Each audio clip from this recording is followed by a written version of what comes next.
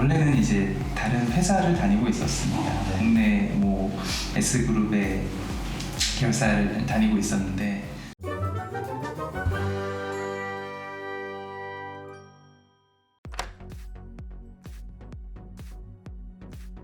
네, 뭐 같은 대학, 문과대학의 정식 명칭은 지구환경시스템공학부인데요. 예전 뭐 토목과나 환경과, 뭐 에너지 뭐 이런 과가 합쳐진 학부였습니다. 뭐 대학 가고 나서 뭐 직장 들어가고 나서도 사실 다들 많이 방황이라고 해야 될까요? 뭐 고민을 많이 하잖아요. 뭐 직업을 바꾸는 게 저만 있는 것도 아니고 그런 분들이 꽤 많으실 거예요. 그 중에 한 명일 뿐인 것 같습니다. 제 생각에. 글쎄요, 뭐 무슨 뭐 사람을 살리고 뭐 이런 외과적인 수명이라고 보기에는 치과는 약간 거리가 있잖아요. 그런 것보다는 적성 문제로 해야 될 것 같은데요. 저는 이제 좀 더 구체적으로 얘기를 하면은 삼성물산 건설 부문에 다녔었고요. 현장에서도 많이 이제 생활을 했었는데 건설회사의 현장 생활이라는 게 사실 누구나 다 다시 한번 재고하게 만듭니다. 네. 생각보다 힘들고요. 의외로 제가 체력이 약해가지고 외부에서 이제 온갖 그 계절을 다 느끼면서 일을 하는 게 생각보다 쉽지는 않았어요. 근데 거기까지도 사실은 괜찮아요. 할 수 있는데 문제는 뭐 대부분의 대기업에 다니시는 분들이 하는 얘기긴 한데요. 나의 역할, 굉장히 큰 프로젝트에서 예를 들어 큰 프로젝트가 라디오라면은 그 중에 저는 나사 하나 정도, 그러니까 중요성이죠. 내가 뭔가를 추진한다, 내가 뭔가를 끌고 간다, 주도한다, 그런 느낌이 없다 보니까 쳐가는 느낌이 많이 있다 보니까 그런 부분이 제 친구들이나 그런 친구들이 조금 힘들어하는 부분인 것 같아요. 적성에 맞죠. 일단 제가 시작을 해서 제가 끝내는 거고, 제가 뭔가 문제가 있을 때도 제가 책임을 지는 거고, 그걸 위해서 제가 또 최선의 노력을 할 수가 있고, 그리고 손으로 하는 거에 뭐 예전부터 흥미가 많고 했었는데 손으로 하는 게 굉장히 저한테는 적성이 잘 맞는 것 같습니다. 네. 시대에는 제가 이제 아까 유행이라고 했었는데 그 유행이 생긴 이유 중에 하나가 그때 잠깐 제도가 보통은 이제 치대였잖아요. 근데 그게 아니라 대학원, 뭐 미국의 메디스쿨, 로스쿨처럼 그런 게 이제 생겨났었어요. 생겨나고 대학 졸업생들이 가는 시스템이 생겼죠.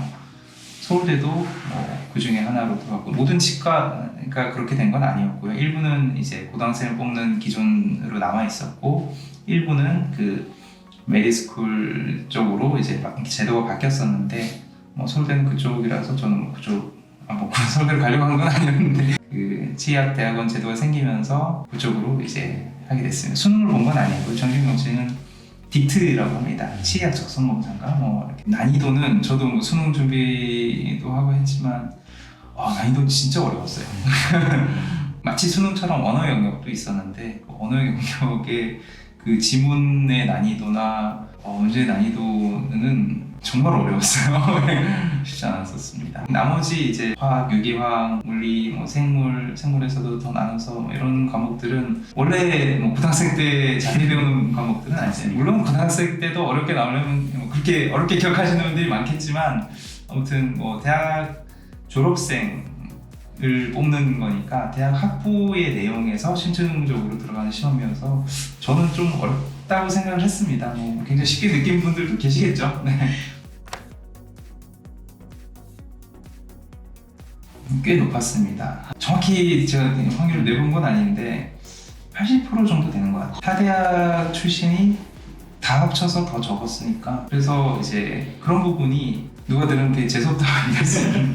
근데 이제 다른 치의학 대학원에 비해서 그런 비율이 좀 더 높다 보니까 한 달이 건너면 다 아는 거예요. 그러니까 제 친구의 친구고 동기들도 위에 이제 선배라고 해야 되겠, 선배죠. 네, 선배들도 후배들도 그렇고 나이는 천차만별이고 다 대학 졸업생들이니까 다 얘 친구 내 친구고, 심지어 어떤 일이 있었냐면 제 동기 중에 한 분은 저보다 1년 형이었어요. 교수님과 대학교 학부 시절 동기였던 네.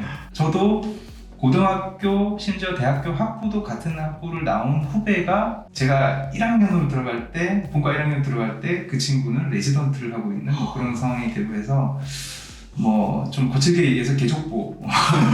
그래서 보통 이제 선배가 있고 뭐 선배가 더 나이도 많고 베풀고 이끌고 뭐 그런 게 아니라 완전 꼬이고 꼬이다 보니까 누가 누구한테 뭐라고 쉽게 하지 못하는, 그랬다가는 뭐 이제 다른 경우를 통해서 압력을 받는 뭐 그런 상황이어서 서로 조심하는, 제 생각에는 그랬던 것 같아요.